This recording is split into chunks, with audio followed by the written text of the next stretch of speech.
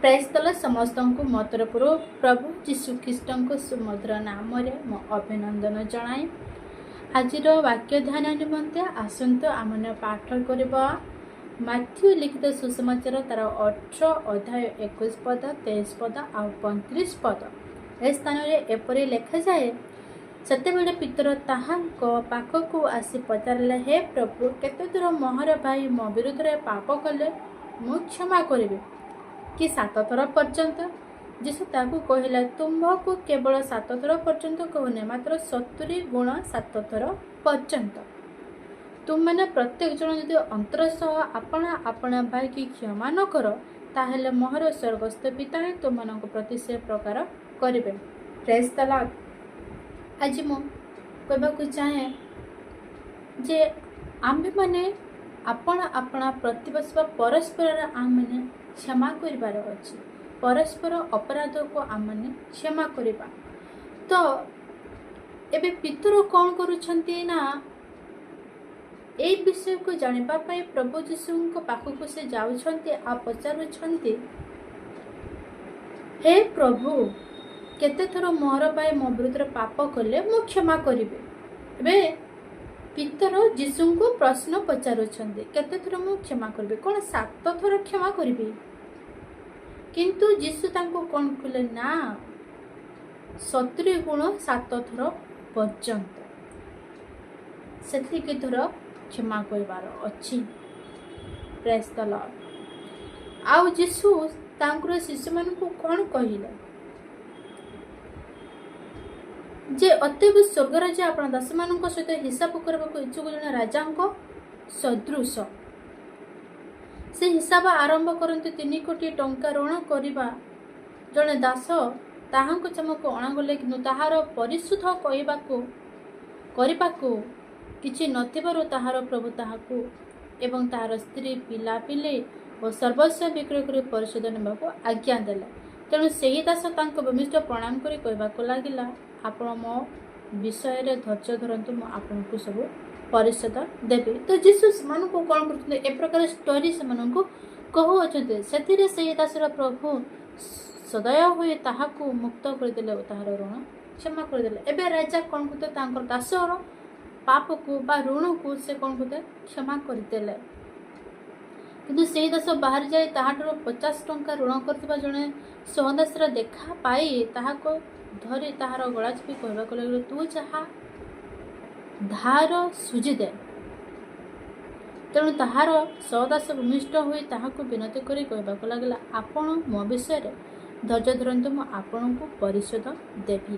ମାତ୍ର ସେ ସମ୍ମତ ହେଲାନି, କିନ୍ତୁ ଯାଇ ଋଣ ପରିଶୋଧ ନ କରିବା ଯାଏ ତାହାକୁ କାରାଗାରରେ ପକାଇଦେଲେ। ତ ଦେଖନ୍ତୁ, ଯେଉଁ ଦାସ ରାଜାଙ୍କ ଠାରୁ କ'ଣ କଲେ, କ୍ଷମା ପାଇଲେ, ଋଣ ସୁଝିବାର ଥିଲା ଆଉ କ୍ଷମା ପାଇଲେ, ଆଉ ସେ ସ୍ଥାନରୁ ସେ ବାହାରି ହେଇକି ଆସିଲେ।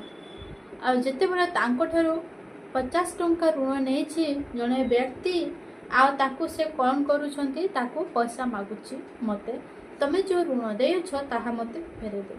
କିନ୍ତୁ ସେ ତାକୁ କହିଲେ, ପ୍ରଭୁ ମୋତେ ସମୟ ଦିଅନ୍ତୁ, ମୁଁ ଆପଣଙ୍କୁ ଫେରାଇ ଦେବି। କିନ୍ତୁ ସେ ସେଇ କଥାକୁ ନ ଶୁଣି ସେ ବ୍ୟକ୍ତିକୁ କାରାଗାରରେ ପକାଇଲେ ଆଉ ତାକୁ କ୍ଷମା କଲେ ନାହିଁ। ଆଉ ତାହାର ପ୍ରଭୁ କ୍ରୋଧ ହୋଇ ସମସ୍ତ ଋଣ ପରିଶୋଧ ନ କରିବା ପର୍ଯ୍ୟନ୍ତ ତାହାକୁ ଯନ୍ତ୍ରଣା ଦେବା ଲୋକମାନଙ୍କ ହସ୍ତରେ ସମର୍ପଣ। ଦେଖନ୍ତୁ, ଆମକୁ କେମିତି ଆମର ପରସ୍ପରର ଦୋଷୀକୁ ଆମେ କ୍ଷମା କରିବାର ଅଛି। ମନୁଷ୍ୟ ଯାହା ବୁଣେ ତାହା ହିଁ କାଟେ, ଆଉ ଅନ୍ୟ ବିଷୟ ସେ କାଟେ ନାହିଁ। ତ ଆଜି ଯଦି ଆମେ ଅନ୍ୟକୁ କ୍ଷମା ଦେଇଅଛୁ, ପ୍ରଭୁ ଆମକୁ କ୍ଷମା କରିବେ। ପରମେଶ୍ୱର ଅବ୍ରାହମକୁ କହିଲେ, ଆମେ ତୁମକୁ ବହୁ ଗୋଷ୍ଠୀର ପିତା କରିବା। ଆଉ ତାକୁ କହିଲେ, ତମେ ଯାହାକୁ ଆଶୀର୍ବାଦ କରିବ ଆମେ ତାହାକୁ ଆଶୀର୍ବାଦ ଦେବା, ତମେ ଯାହାକୁ ଅଭିଶାପ କରିବ ଆମେ ତାହାକୁ ଅଭିଶାପ ଦେବା। କିନ୍ତୁ କ'ଣ ହେଇଛି ଏଠାରେ, ଆମେ ବି ଜଣେ ଜଣେ ପ୍ରଭୁଙ୍କର ଲୋକ, ତାମାନେ କ'ଣ ଆମେ ଅଭିଶାପ ଦେଉଛୁ ବୋଲି କ'ଣ ଆଉ ପ୍ରଭୁ ସେମାନଙ୍କୁ ଅଭିଶାପ ଦେବେ? ନାହିଁ। ସେ ବି ପ୍ରଭୁଙ୍କର ଲୋକ। ଆମେ ଯଦି ତାହାଙ୍କର ପାପକୁ ତାହାଙ୍କର ଦୋଷୀକୁ ଯଦି ଆମେ କ୍ଷମା କରୁଅଛୁ ତାହେଲେ ପ୍ରଭୁ ଆମମାନଙ୍କର ପାପ ଆମମାନଙ୍କର ଦୋଷୀକୁ କ୍ଷମା କରିବେ। ପ୍ରେଜ୍ ଦ ଲର୍ଡ।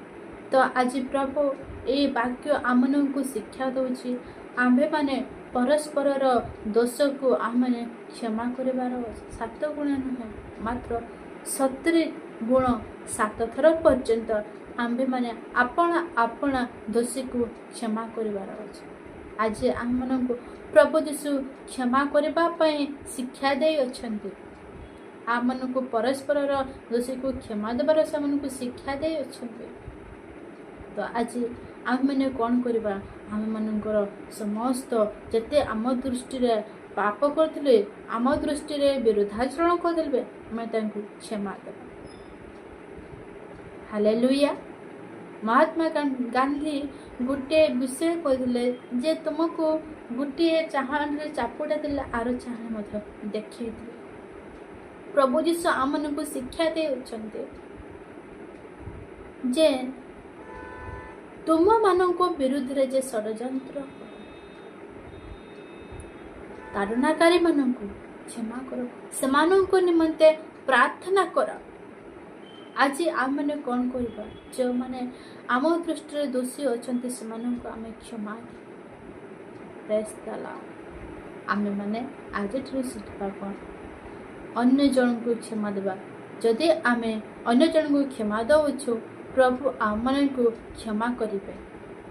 ଯଦି ଆମେ ଅନ୍ୟମାନଙ୍କର ଦୋଷକୁ କ୍ଷମା କରୁଅଛୁ ପ୍ରଭୁ ଆମମାନଙ୍କ ଦୋଷକୁ ମଧ୍ୟ କ୍ଷମା କରିବେ। ଆମେ ପ୍ରାର୍ଥନା କରୁଛୁ, ପ୍ରଭୁ ଶିଖାଇଥିବା ପ୍ରାର୍ଥନା, ଆମେମାନେ ଯେପରି ଆପଣାର ଅପରାଧମାନଙ୍କୁ କ୍ଷମା କରୁଅଛୁ ଆମର ଅପରାଧ ସବୁ ସେପରି କ୍ଷମା କର। ଯଦି ଆମେମାନେ ଆମର ଅପରାଧମାନଙ୍କୁ କ୍ଷମା କରୁନାହୁଁ ତାହେଲେ ପ୍ରଭୁ ମଧ୍ୟ ଆମମାନଙ୍କର ଅପରାଧ ସବୁ କ୍ଷମା କରିବେ ନା। ଏହା ଯୀଶୁ ଆମମାନଙ୍କୁ ଶିଖାଇ ଦେଇ ଯାଇଅଛନ୍ତି। ପ୍ରିୟଗଣ, ଆଶା କରୁଛି ଆପଣମାନେ ବୁଝିପାରୁଥିବେ।